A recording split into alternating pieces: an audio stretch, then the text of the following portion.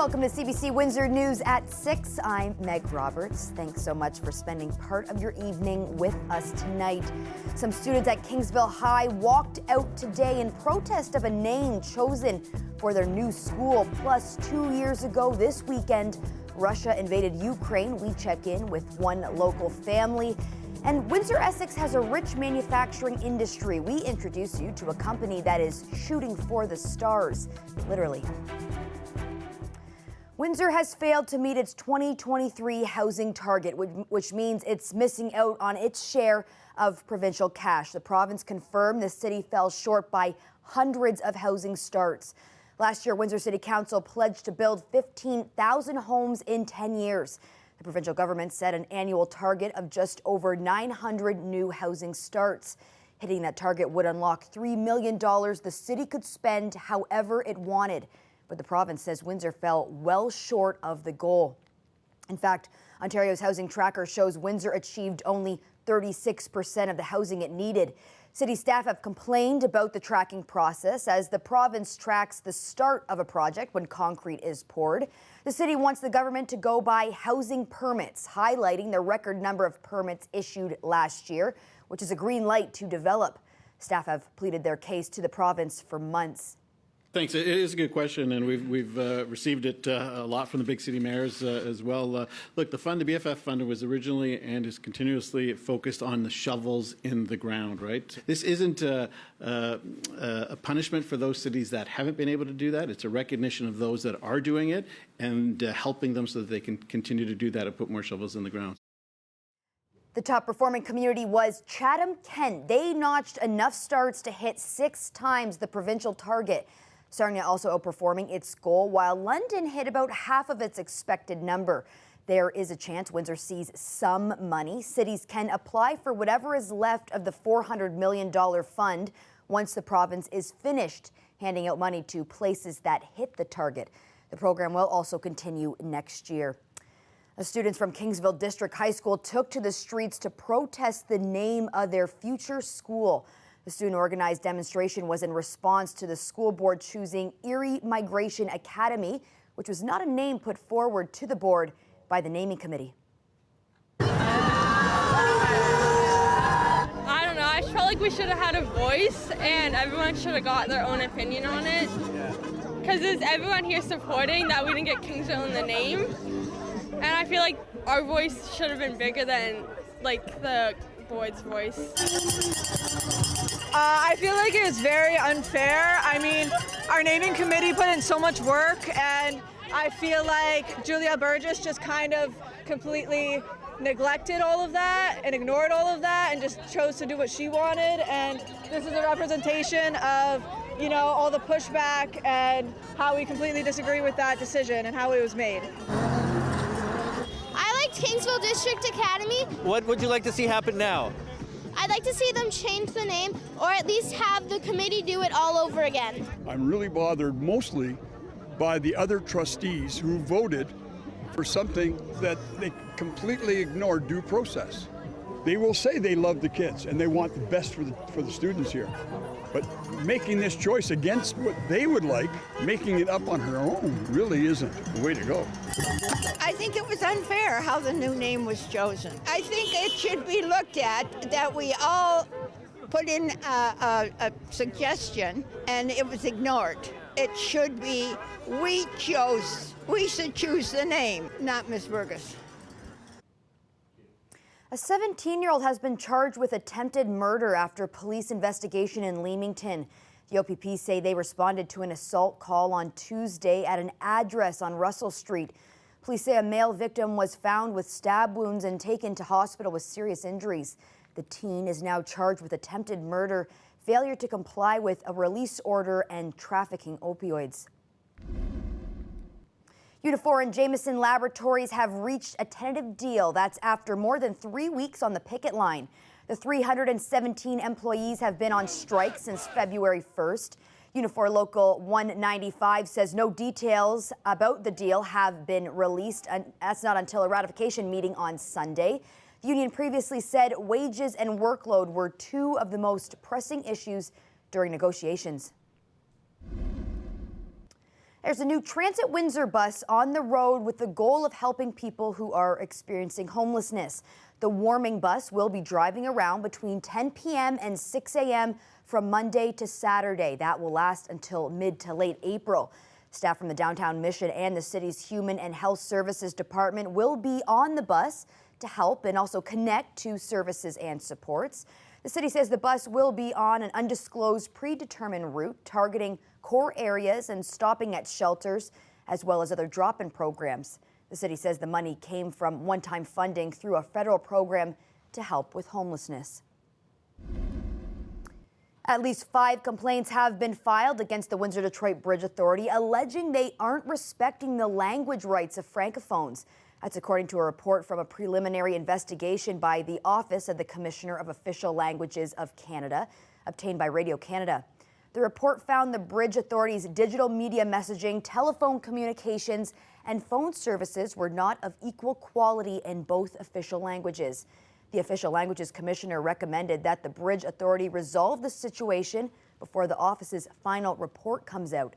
A spokesperson for the Bridge Authority says they've already taken steps to improve its French messaging, saying they're determined to continue making those improvements. This weekend will mark 2 years since Russia invaded Ukraine. When the war began, many people fled to Canada, some settling right here in Windsor. CBC's Jennifer Lagrassa checks in on one family who we met shortly after they arrived.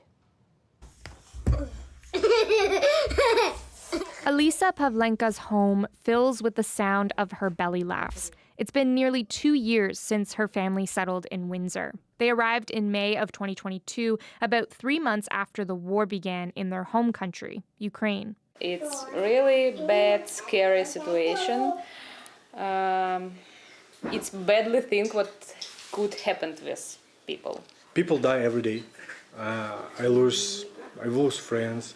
The family knows they're lucky they could leave and say they found so much support in Canada. Lasha Dudar, who has now sponsored 3 Ukrainian families, first took them in.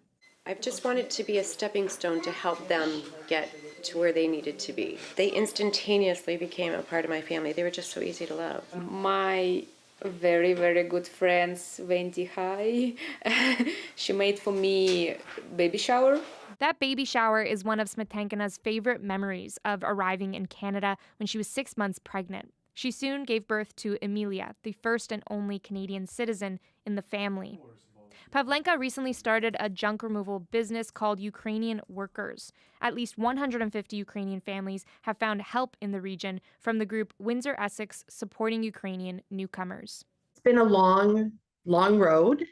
We definitely didn't think 2 years into this that we would still be continuing to support new arrivals. In total, the Ukrainian National Federation's Windsor branch estimates 400 to 500 Ukrainians have come to Windsor in the past 2 years. On Saturday, the organization plans to hold a ceremony commemorating the start of the war. The main thing I worry about is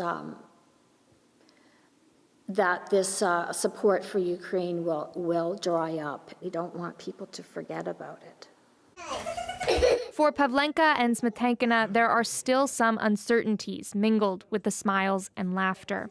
They don't think they'll ever move back to Ukraine and hope to start the process of becoming permanent Canadian residents. It's just my hope. All of territory will back to Ukraine and Russia just will live their life. Jennifer Lagrassa, CBC News, Windsor. Canada has marked the 2nd anniversary of the start of the Ukraine war by imposing more sanctions on Russia. 10 individuals and 153 entities have been targeted. The Foreign Affairs Minister made the announcement today. It's a joint initiative with the United Kingdom and the United States. The U.S. Deputy Treasury Secretary explained the purpose for taking the step.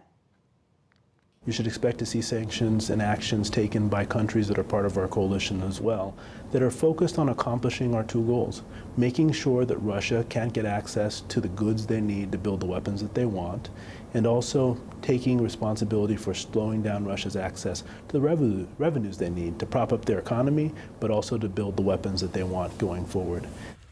The sanctions are meant as a response not just to Russia's invasion of Ukraine, but also to the recent death of Alexei Navalny. He was an outspoken critic of Russian leader Vladimir Putin. Navalny died in a Russian penal colony last week under suspicious circumstances. There's a company in LaSalle that hopes they will one day have a place in space. The CBC's Kathleen Saylor's got a look at a unique device with its sights set on Mars. This small machine sits in a private lab in LaSalle. It's a highly portable X-ray machine known as the IS-XRD, and scientists can use it to determine the chemical composition of rocks, soil, and other materials. The goal is to one day send this to Mars. You can actually map almost like the history of a planet based on the rocks or the formations that you can find in there.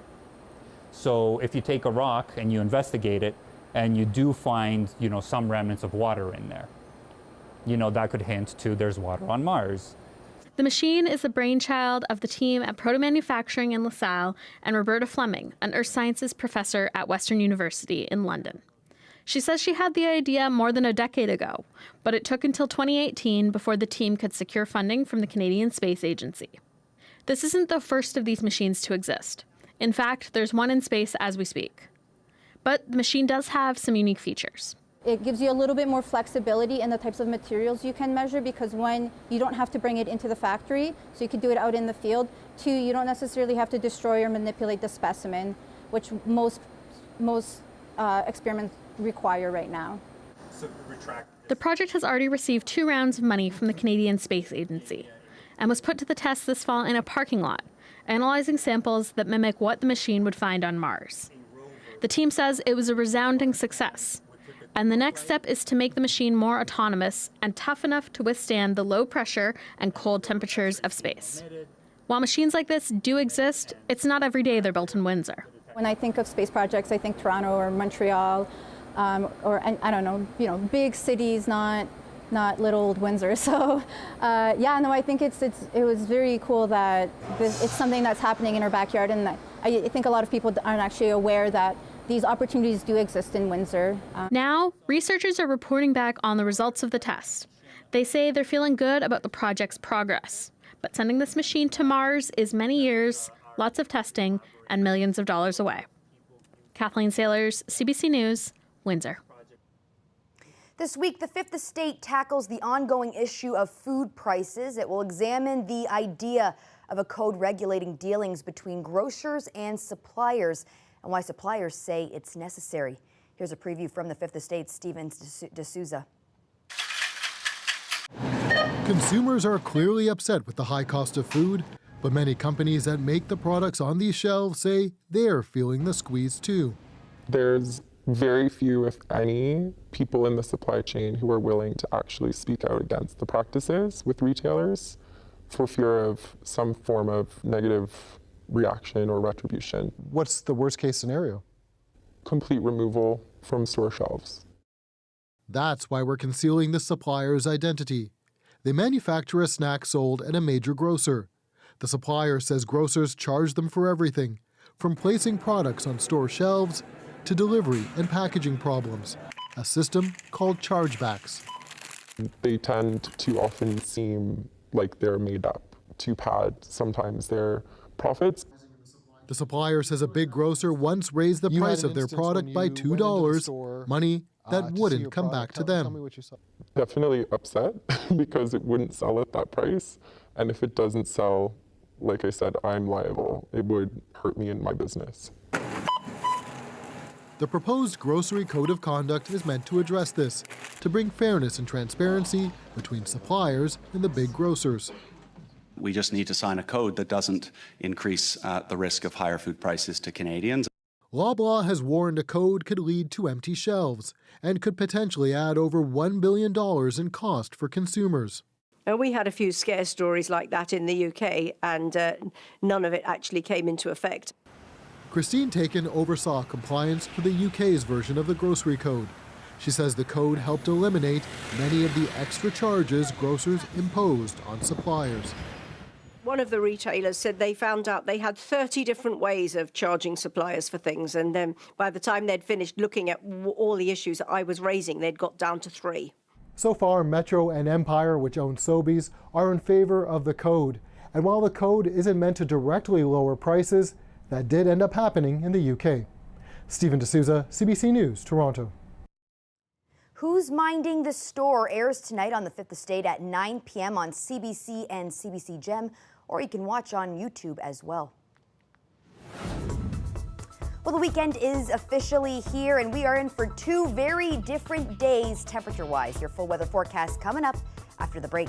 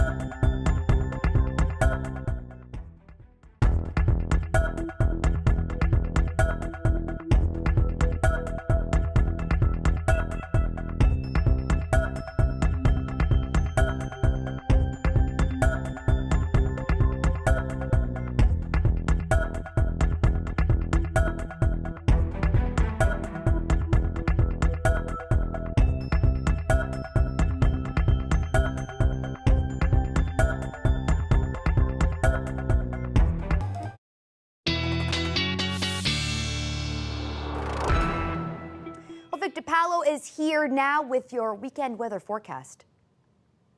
Meg, how about that day today? It was a little bit of sunshine, above seasonal temperatures, but it definitely didn't give us any idea of what might be coming our way tonight. Now, it's going to be below seasonal night with some below seasonal days ahead, and we also have some night flurries in store, potentially up to 2 centimeters.